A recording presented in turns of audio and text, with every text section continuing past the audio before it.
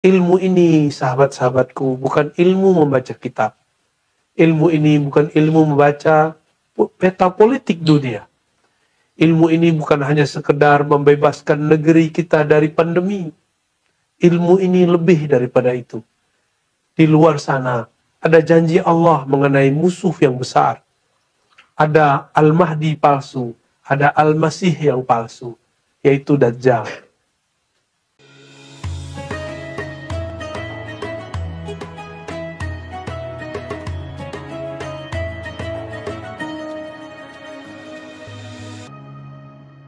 Nabi SAW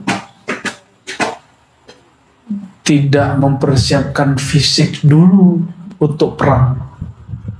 Maka ketika Abu Sufyan yang masih belum Islam saat itu ditanya oleh Heraklius, apakah betul pengikut Nabi baru yang mengaku jadi Nabi di kampungmu itu kebanyakan mereka fuqara, masakin, fakir dan miskin? Kata Abu Sufyan, betul.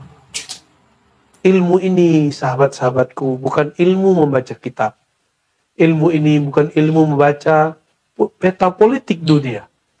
Ilmu ini bukan hanya sekedar membebaskan negeri kita dari pandemi. Ilmu ini lebih daripada itu.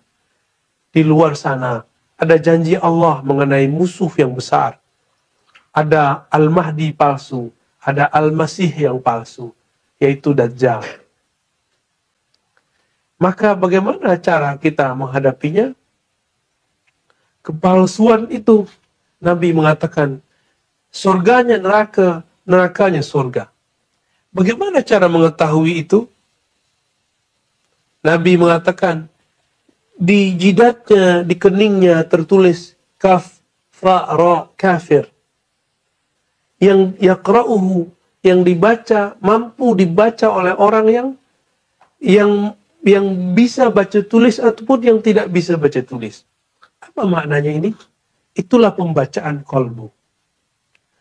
Maka siapkanlah kolbu dengan melatihnya menyebut nama Allah, mengenal yang punya nama Allah SWT, mendekat kepada orang-orang yang menyimpan nama-nama ini. Belajar kepada orang-orang yang mengakses nama-nama Allah Subhanahu wa ta'ala ini. Jangan jauh-jauh darinya. Ya. Itulah maknanya bahwa pergerakan akhir zaman itu bukan pergerakan sendiri-sendiri, tapi itu gerakan jamaah. Nabi ditanya mengenai 73 golongan, semuanya terjebak, semuanya tersesat, kecuali satu, al-jamaah, yaitu mereka yang bergerak dengan pergerakan bersama. Al-jamaah ini, kolbunya selalu terkoneksi kepada Allah Subhanahu wa ta'ala. Maka siapkan kolbu. Dengan apa disiapkan? Wa man yu'min billah yahdi qalbah. Percaya kepada Allah, berbaik sangka kepada Allah. Nanti kolbu kita akan membimbing. Kolbu kita akan menggait kita menuju jalannya. Lalu siapa yang kita ikuti? Ikutilah Sayyidul Qulub. Orang-orang yang kolbunya paling kuat energinya, paling mengerti isyarat-isyaratnya. Mereka lah yang kita ikuti. Maka ini bukan ilmu tebak-tebakan, bukan ilmu tergesa-gesa, tapi ini adalah ilmu rohani. Sering-seringlah setiap hari sholat hajat, sholat istikharah. Maka saya semenjak hari ini mengajak sahabat-sahabat semua, sholat istikharahlah setiap hari, sholat hajatlah setiap hari. Minta supaya Allah memberi hidayah, memberi isyarat ke dalam kalbu kita semua mengenai jalan di akhir zaman ini.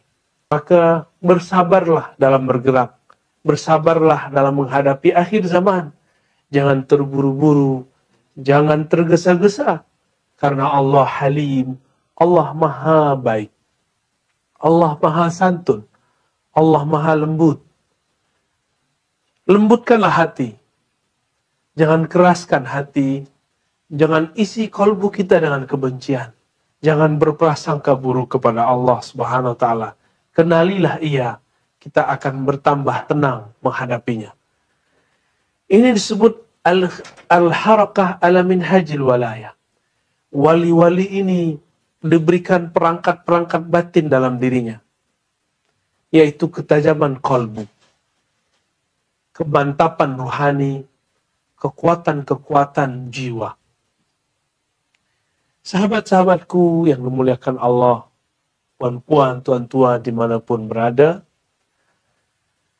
apa yang kedua yang menopang Islam, iman, ihsan, yaitu pergerakan yang mempunyai cita-cita mulia, yaitu menyongsong, menyambut al-khilafah ala minhaj an-nubuwah, kekhalifahan yang berdasarkan kenabian.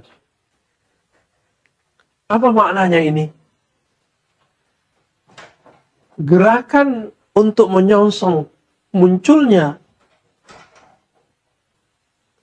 khilafah akhir zaman itu tidaklah kemudian dapat direncanakan, diinginkan serta-merta.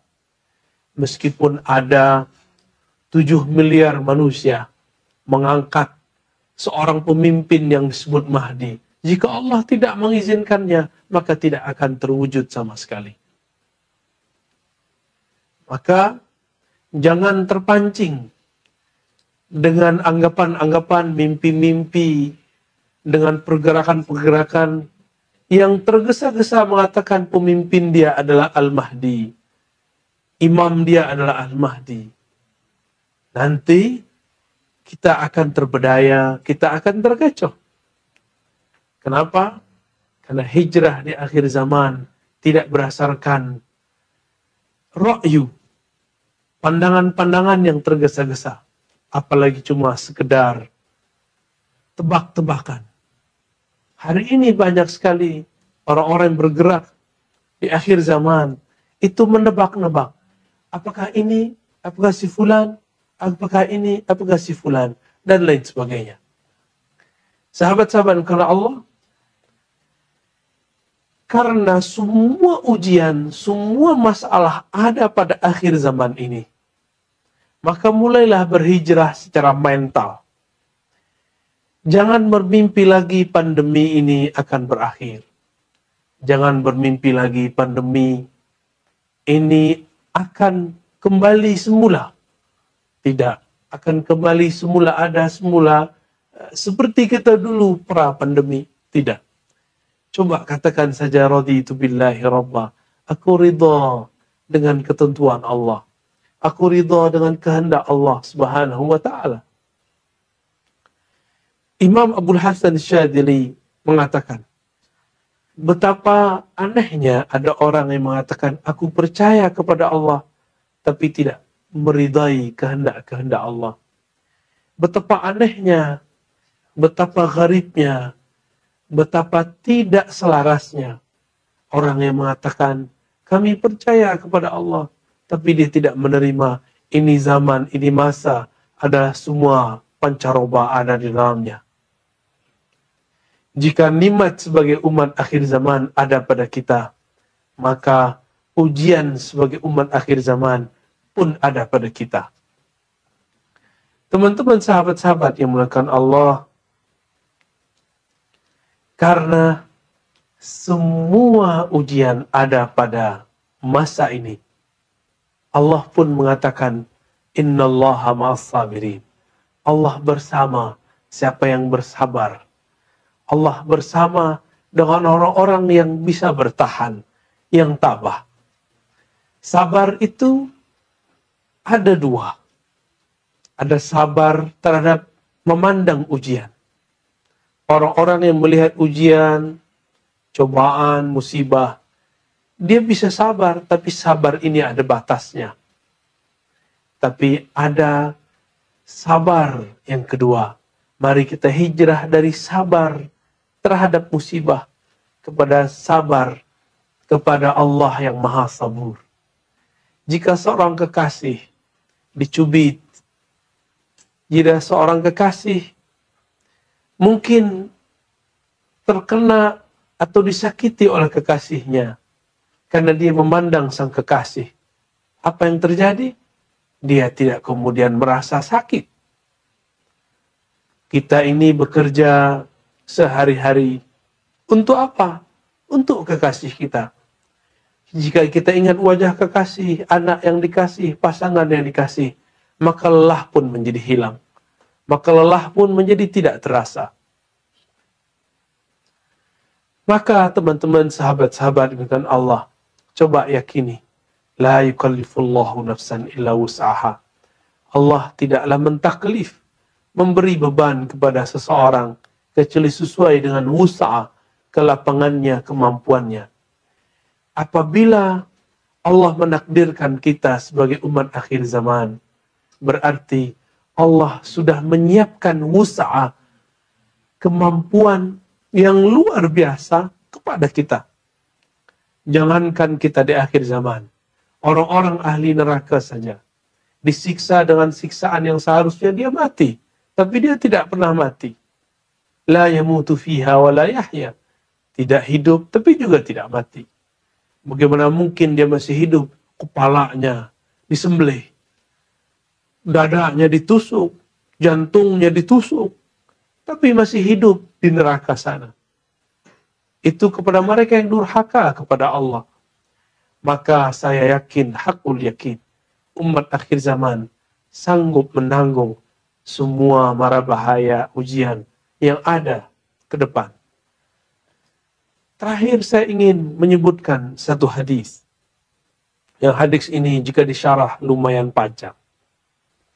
Untuk menghadapi masa akhir zaman, Nabi SAW menyebutkan bahwa akan terjadi ketidakadilan secara global. Zulman atau jauran secara global, bukan hanya di negeri kita, di kerajaan, di pemerintahan kita, tapi di semua wilayah di negara, di semua wilayah, semua sudut negeri. Tapi ingat, di saat-saat itu memuncak, maka Allah akan mengirim kekasihnya. Allah akan memunculkan juru selamatnya. Disebutkan dalam hadis bahwa Allah akan meningkatkan. Allah akan membangkitkan seseorang min ahli baiti, dari ahlu baitku, dari keturunanku. Ismuhu yuwati usmi. Namanya menyerupai, berkesesuaian dengan namaku. Hadis ini riwayat Imam Abu Daud. Kapan itu terjadi? Jika bumi muliat al-ardu jauran wa zulma. Jika bumi telah dipenuhi dengan ketidakadilan. Jika bumi dipenuhi secara global, secara utuh dengan kezaliman yang merata-rata di mana-mana. Maka sahabat-sahabat Allah, di saat itulah, di saat semua umat manusia menjerit, tidak hanya negeri kita, tidak hanya Nusantara, tapi semuanya, maka Allah akan munculkan yang mana dia sekarang sudah bersiap-siap muncul. Namanya berkesesuaian, yuwati, dengan namaku. Hadis Imam Abu Daud. Tapi banyak orang lupa apa makna isim, nama di dalam bahasa Arab.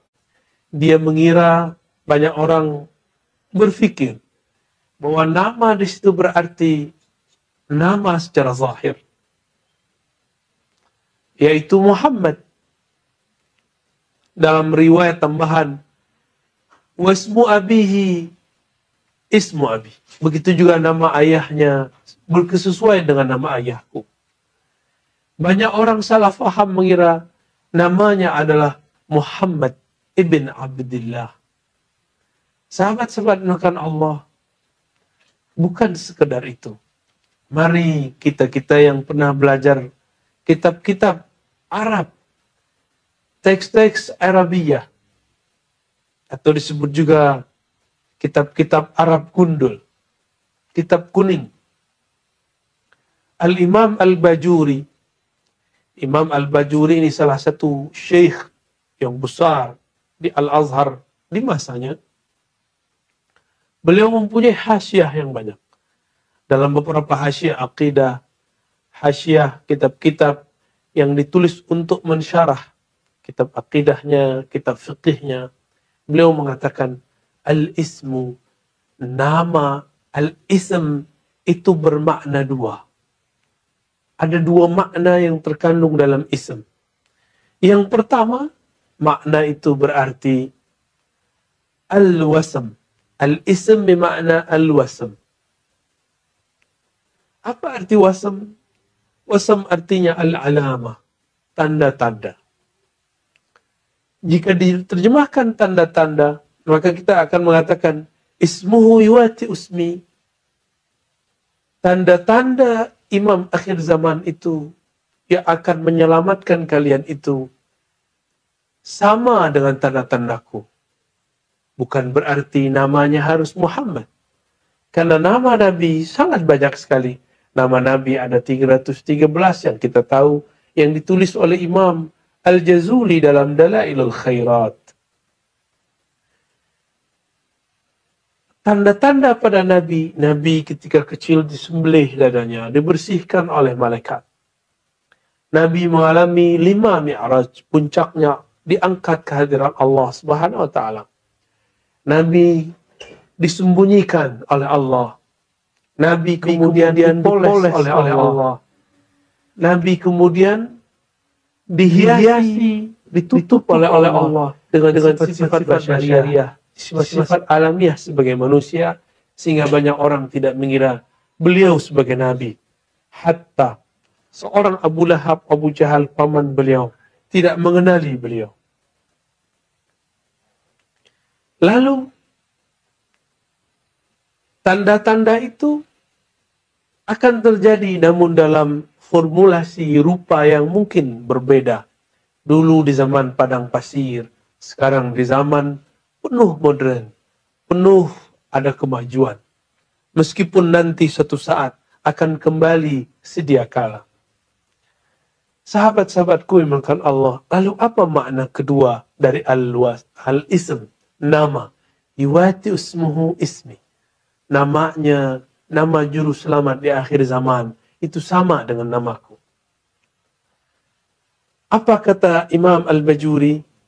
Beliau berkata, al-ismu bimakna as-sumung.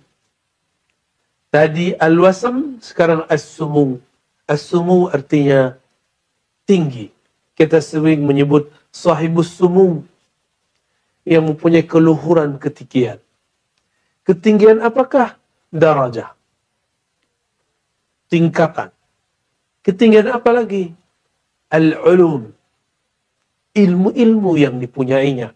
Karena yang diangkat itu yarfa'illahu alladhina amanu walladhina utul ilma darajat.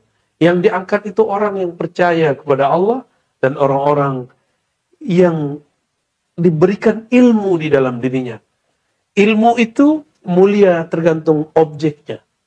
Jika objek ilmu itu berkaitan terhadap sesuatu yang mulia, maka dia mulia. Jika ilmu itu berkaitan dengan sesuatu yang tidak mulia, maka dia tidak dianggap siapa saja. Ilmu yang paling mulia, kata Imam Al-Ghazali, asyraful ulum, al-ilmu billah. Ilmu yang paling mulia adalah ilmu mengenal Allah. Mengenal Allah pun ada 4 ilmunya. Ada al-ilmu bil af'al, ilmu mengenai perbuatan-perbuatan Allah yang bisa disaksikan secara kasat mata. Ada yang kedua, al-ilmu bil asma, ilmu mengenai nama-namanya. Allah mempunyai banyak nama. Beberapa ditulis dalam hadis, ada 120, ada 99 nama. Semakin tinggi pengenalan seseorang terhadap nama-nama tersebut, maka semakin tinggi darajahnya di sisi Allah, apalagi di sisi manusia. Maka perhatikan orang-orang sekitar kita, ulama sekitar kita. Di antara ulama itu ada yang lebih mulia dari yang lain. Itu adalah rahasia yang ada di dalam jiwanya, dirinya. Jika di dalam dirinya ada ma'rifatul asma, mengenal nama Allah lebih tinggi daripada yang lain, maka dia Allah angkat lebih tinggi daripada ulama yang lain. Ada yang ketiga, ma'rifatus sifat, mengenal sifat-sifat Allah yang disebutkan dalam hadis qudsi riwayat Imam Al-Bukhari. La yazalu 'abdi yataqarrabu ilayya bin nawafil. Senantiasalah hamba-hambaku mendekatkan diri kepadaku dengan nawafil, dengan disiplin terhadap amal-amal yang tidak wajib, tapi dia kemudian mewajibkan kepada dirinya, sehingga aku mencintainya, jatuh cinta kasih sayangku kepadanya. Apabila demikian, aku robah, aku ganti, aku ambil sifatnya, aku ganti dengan sifatku. Aku ambil samaknya, aku ganti dengan samakku. Sama pendengaran. Maka pendengaran orang ini bukan lagi mendengar dengan telinga fisik. Dia sudah mendengar dengan samaknya Allah. Basarnya menjadi basarku. Basarnya hanya memandang terbatas kepada dinding, kepada jarak. Sekarang basarnya sudah mampu menembus jauh. Dulu dicontohkan kepada sahabat Nabi Umar, betapa hebatnya Sayyidina Umar. Dia berkhutbah di Madinah Al-Munawwarah. Panglima perangnya sedang ada di Irak, sedang ada di Syam. Lalu dia memanggil, ya Jariyah, wahai Panglima Jariyah, naiklah ke gunung. Dan betapa beningnya, betapa bercahayanya hati Jariyah. Jarak yang jauh itu pun dia bisa mendengarkan suara Umar, suara Amirul Mukminin radhiyallahu taala anhu. Sahabat-sahabatku yang dimuliakan Allah, ilmu-ilmu seperti ini akan turun di akhir zaman. Inilah yang dikatakan ilmu mengenai sifat. Maka orang-orang ini ruhaninya sangat dekat kepada Allah. Dia mempunyai pengenalan terhadap sifat-sifat Allah. Dan yang terakhir adalah ma'rifatuz zat. Ruhani mereka dekat dengan zat Allah Subhanahu wa taala. Mereka kenal kepada Allah Subhanahu wa taala. 4 ilmu inilah yang dimiliki oleh al-imam di akhir zaman. Ilmu ma'rifatul af'al, mengenal af'al Allah, perbuatan Allah, asma Allah, sifat Allah, dan mengenal zat Allah. Mungkin ada yang bertanya di hatinya, Ustaz, Buya, Syekh, bukankah kita tidak boleh memikirkan zat Allah? Betul, berfikir dengan ra'yu, dengan akal. Sedangkan mengenal tidak mesti dengan akal. Kita ada yang mengenal dengan pandangan fisik, disebut empirik, hissi. Ada yang mengenal dengan akal, rasio. Ada yang mengenal dengan kolbu. Ada yang mengenal dengan ruh. Mengenal dengan ruh bukan dengan berfikir. Mengenal dengan ruh itu adalah asrar, rahasia-rahasia Allah yang Allah titipkan di kolbu Nabi, nanti diwariskan kepada Al-Imam, juru selamat akhir zaman, Al-Imam Al-Mahdi.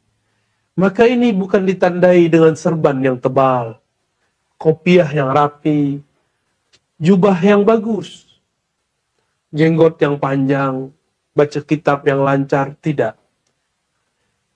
As-sumu, ketinggian rohani imam akhir zaman yang dikatakan Nabi, karena di dalam dirinya mengemban 4 ma'rifat, 4 keilmuan ini.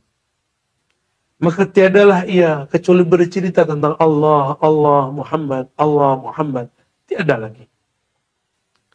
Inilah lebih kurang makna yuwati usmuhu ismi. Namanya berkesesuaian dengan namaku. Tapi kapan dia Allah munculkan? Ya ba'as, Allah tampilkan secara resmi, secara terbuka. Di saat ia melihat di alam semesta sudah terpenuhi oleh kezaliman. Sahabat-sahabatku dengan Allah, bukankah ini sudah mulai masanya? Tiadalah negeri, tiadalah negara, tiadalah kerajaan pemerintahan, melainkan semuanya sedang mengalami kesusahan menghadapi kezaliman orang-orang yang menyebarkan virus bernama corona ini. Inilah awal daripada kezaliman global. Inilah awal daripada kezaliman yang merata-rata di semua wilayah, di penjuru negeri, di penjuru dunia. Maka jangan banyak angan lagi. Nabi dari dulu mengatakan, penyakit umatku itu ada dua. Hubud dunia, cinta dunia. Dan tulul amal, panjang angan-angan. Masih berpikir pandemi ini akan kembali semula. Tidak. Ini akan tambah hebat, tambah parah, tambah parah. Namun, meskipun ujiannya tambah berat, ilmu-ilmu yang Allah turunkan juga akan tambah banyak. Inilah kabar gembiranya. Tiadalah ujian diturunkannya, melainkan kemudian Allah tunjang, Allah berikan kemudian sokongan, support ruhani juga secara menyeluruh. Maka siapa-siapa yang memahami 4 ilmu tadi, dia akan merasakan bahwa ini akan bertambah terbuka. Dulu orang berbicara tentang nama Allah, sifat Allah, ada di surau-surau, di pondok-pondok kecil, di penjuru-penjuru desa, penjuru-penjuru negeri, sangat terkucil. Sekarang orang berbicara di tengah-tengah kota besar, di tengah-tengah pemukiman penduduk, bahkan berbicara melalui sosial media. Maka kita juga harus hati-hati. Ilmu manakah yang murni? Ilmu yang murni tentu ilmu yang terhubung secara sanad silsilah kepada baginda Nabi Sallallahu Alaihi Wasallam. Kembali ke hadis tadi.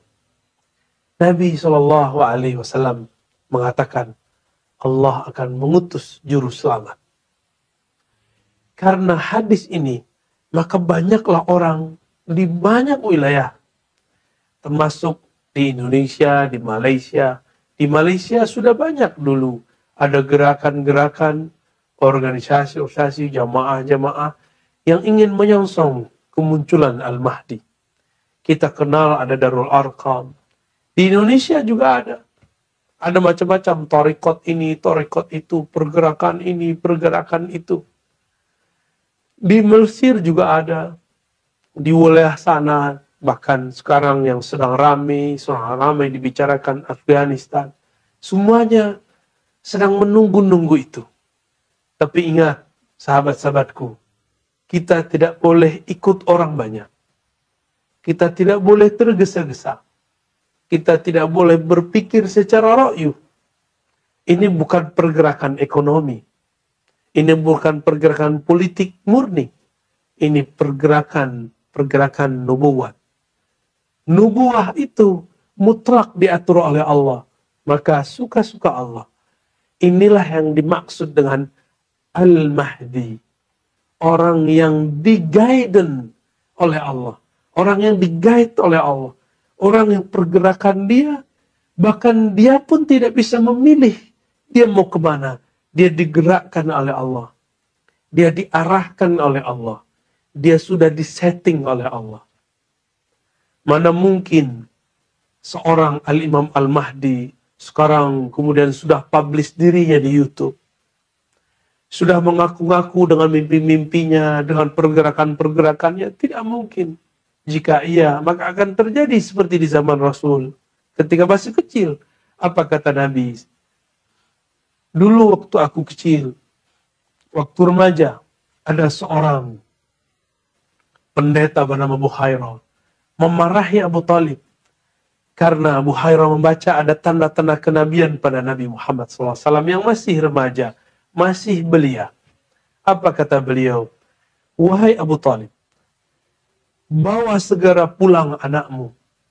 Karena jika tanda-tanda ini dibaca oleh Yahudi, maka mereka akan membunuhnya.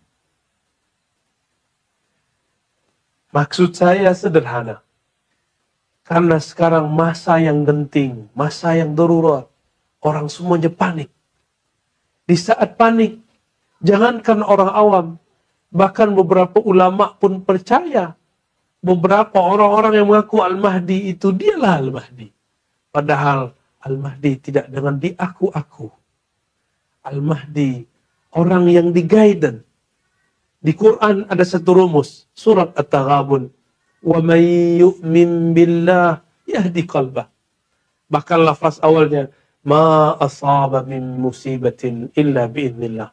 Tidaklah Allah menguji, Allah menurunkan musibah kepada seseorang kecuali dengan izinnya.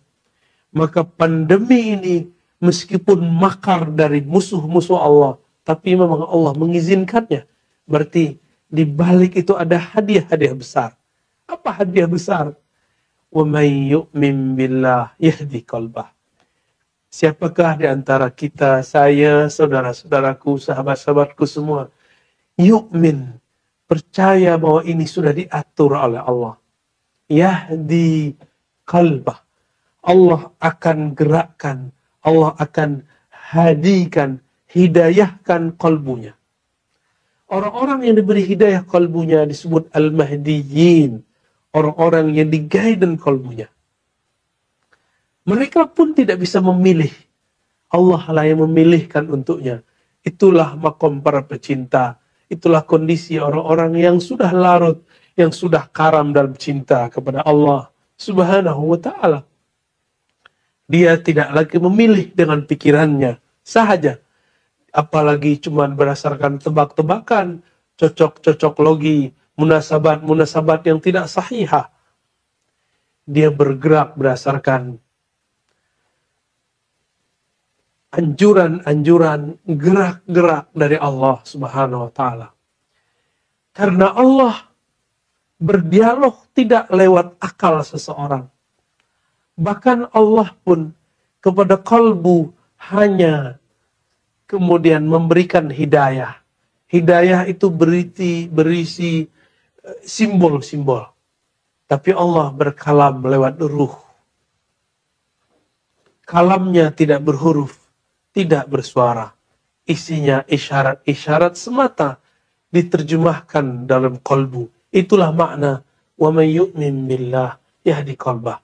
Jika engkau percaya kepada Allah, maka Allah akan tata kalbumu. Allah akan bantu arahkan kalbumu. Sahabat-sahabatku yang mulakan Allah. Di akhir zaman ini, jangan terkecoh, karena akan banyak yang mengaku dirinya Al-Mahdi. Dirinya sebagai orang yang diberi petunjuk. Maka salah satu hijrah kita di akhir zaman, jangan tergesa-gesa. Minta petunjuk kepada Allah.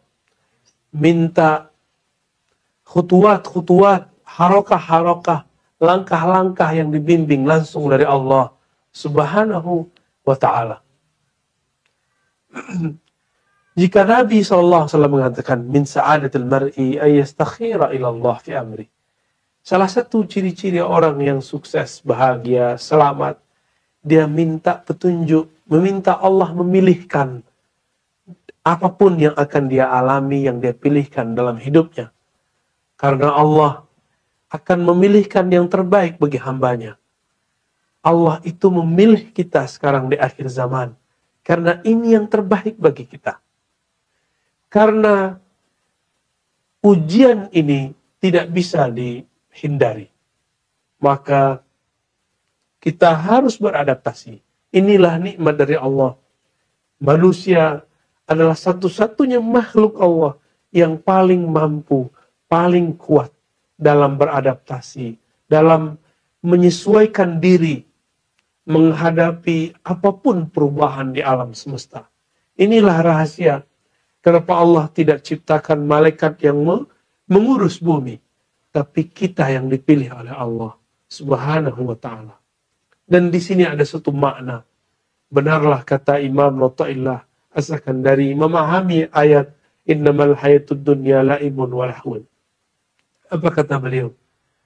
Jika engkau ingin nikmat, ingin senang-senang di dunia ini, ingin bermewah-mewah di dunia ini, engkau salah. Dunia ini bukanlah darul khulud, bukan negeri yang abadi, sehingga bermewah-mewah di dalamnya tidaklah pantas. Negeri ini, bumi ini adalah darul fana, darul halak, darul bala. Negeri yang di dalamnya ada kehancuran, mara bahaya, ujian. Selesai satu ujian, ada ujian yang lain. Barangkali boleh jadi ini juga teguran dari Allah. Selama kita belum ada pandemi, sudah bertahun-tahun kita hidup, tapi kita kurang syukur kepada Allah. Jika tidak syukur dalam adanya nikmat, Allah akan menegur kita dalam ketiadaan nikmat. Nikmat keleluasaan berjalan kemana-mana, bersafar kemana-mana, sekarang terkurangi.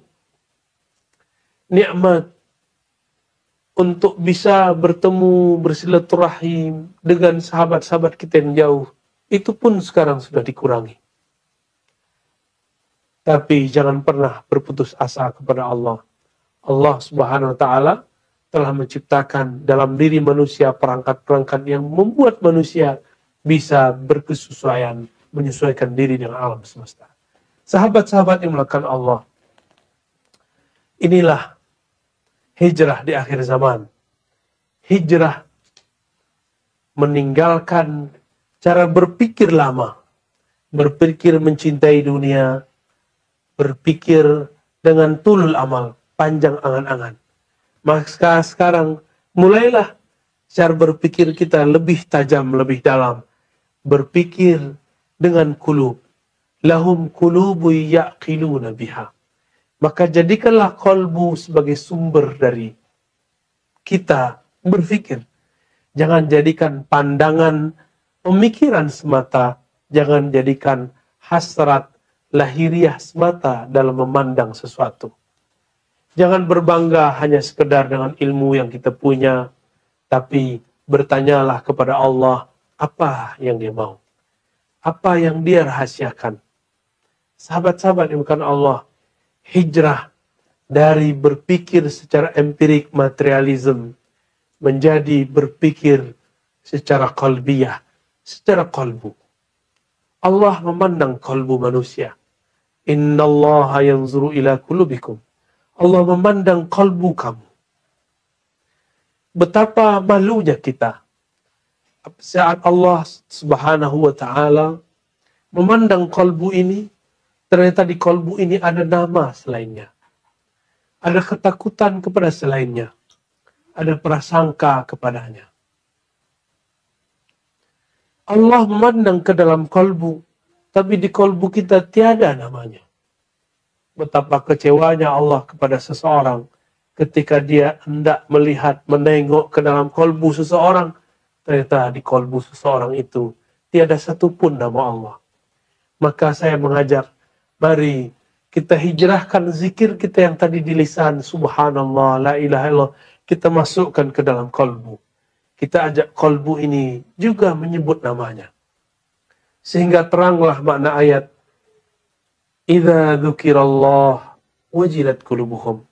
Jika disebut nama Allah, maka bergetarlah qalbu. Bukankah ini tanda-tanda orang yang cinta? Orang yang cinta, jatuh cinta kepada kekasihnya, disebut nama kekasih, kalbunya bergetar, jantungnya berdebar, badannya menggigil bergerak. Muncullah kerinduan, muncullah keinginan, ingin liqa, ingin bertemu. Sahabat-sahabat yang muliakan Allah, apabila kita sudah hijrah dari membaca nama Allah dari lisan, kemudian masuk ke dalam kalbu, maka kita pun juga harus hijrah secara zan prasangka kita. Dari su'uzan, dari berpikir Allah, kenapa engkau menjadikan aku umat yang mendapatkan mara bahaya? Sekarang kita ganti, kita switch. kita katakan, ya Rob, pasti ujian ini adalah cara Engkau untuk memperkuat jiwa kami. Orang yang biasa menempa dirinya dengan latihan-latihan fisik, jika berlatih dengan fisik sehari push up kita 10 kali, 40 kali, selama sepekan, seminggu, 7 hari, sebulan, maka akan muncul otot yang kekar, badan yang kuat selama 40 hari. Apabila orang melatih kakinya berjalan setiap pagi, setiap hari, maka kolbunya, maka badannya, kakinya akan kuat daripada sebelumnya. Jika pada pekan ini sanggup berjalan 1 kilometer, maka dalam waktu sebulan dia mungkin sanggup berjalan lebih dari 2 meter. Begitulah orang yang melatih kolbu. Apabila kolbu sudah dilatih, maka latihlah tidak hanya fisik kita, latih juga kolbu. Inilah hijrah ruhiyah, hijrah kolbu. Melatih kolbu kita dengan makna, dengan asma, dengan husnuzon kepada Allah Subhanahu wa ta'ala. Maka sahabat-sahabat dimulakan Allah, hijrah di akhir zaman. Ini adalah hijrah paling penting. Yang mana Nabi SAW dulu pernah mengatakan, la hijrata ba'dal fathi. Tiada ada lagi hijrah setelah Fathu Mekah. Fathu Mekah itu ada 2 kali. Ada Fathu Mekah di zaman Rasulullah. Ada Fathu Mekah di zaman Imam Mahdi. Fathu Mekah di zaman Rasulullah SAW, Nabi sudah menutupnya dan mengatakan, la hijrata ba'dal fathi. Setelah Fathu Mekah tidak ada lagi hijrah. Illa jihadun wa niyah. Kecuali hanya sekedar jihad, perjuangan, pengorbanan, dan niat yang tulus. Niat yang bening. Niat yang berasal dari hati nurani yang bercahaya. Nanti juga akan ada hijrah yang kedua. Yaitu hijrah bersama Imam akhir zaman. Ketika semua umat manusia mengambil baiat kepadanya di Makkah Al-Mukarramah, ma baina ruknil yamani wa maqam Ibrahim. Antara rukun Yamani dan maqam Ibrahim. Disitulah semua orang memberikan sumpah setianya kepada Imam akhir zaman, Al-Imam Mahdi. Jika kita masih belum sanggup membayangkan bagaimana cara Allah memindahkan kita nanti, padahal nanti semuanya manual, tidak ada pesawat, kapal terbang, tidak ada apapun, tidak ada yang mampu kita gerakkan. Kereta tidak berjalan, mobil tidak berjalan, sepeda tidak berjalan, apapun, handphone pun, smartphone tidak bekerja. Tapi di saat itu, jika kolbu sudah dilatih, jika kolbu sudah dihijrahkan, maka kolbu ini akan mampu menangkap bahasa. Kolbu ini akan bisa bergerak. Al-arwah junudun mujannadah. Roh-roh itu, arwah-arwah itu ibarat tentara yang berbaris-baris. Dia bisa berkomunikasi satu sama lain, walaupun terpisah jarak. Maka sebelum zaman itu terjadi, sahabat-sahabat kemuliaan Allah, mari dari hijrah akal ke dalam kolbu, hijrah kolbu kepada ruh kita. Maka nanti Allah akan berikan smartphone sejati, smartphone hakiki, yaitu kemampuan komunikasi kolbu kita, ruh kita dengan Allah Subhanahu wa ta'ala. Inilah yang Allah berikan kepada Sayyidina Umar tadi, yang bisa berdialog jarak jauh. Inilah yang diberikan kepada seorang ibu yang tulus mendidik anaknya, merawat anaknya. Jarak jauh pun dia bisa merasakan firasat kejadian tentang anaknya.